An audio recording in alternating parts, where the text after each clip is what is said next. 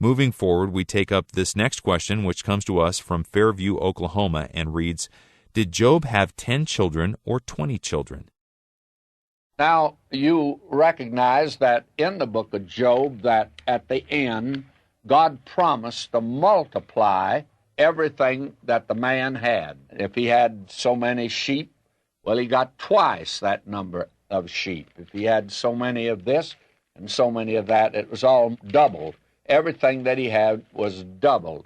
Well, when you come to the children, though, he had 10 before, and now he had 7 sons and 3 daughters. And this party here is disturbed about that, and it says in the first chapter, it tells of 7 sons and 3 daughters reportedly destroyed by a tornado. However, no mention is made of a funeral. In the last chapter, it mentions having 7 sons and 3 daughters, and gives the names of the 3 daughters. And were these the same 10 children he had in chapter 1, or is this a replacement family? If he had these names in chapter 1, we would know.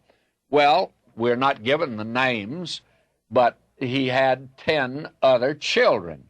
But he had 10 before, and the question should be, did God double his children? He did everything else that the man had. If he had, at the beginning, he had 14,000 sheep and 6,000 camels and 1,000 yoke of oxen and 1,000 she-asses.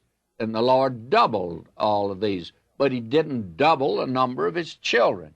But he did double the number of his children. Because you see, when all of these sheep and camels and these oxen, when they died, were slain, that ended it. And so God doubled it. But what about the children when he just gave him 10 back? Well, the fact of the matter is God doubled it because, you see, he really didn't lose the first 10.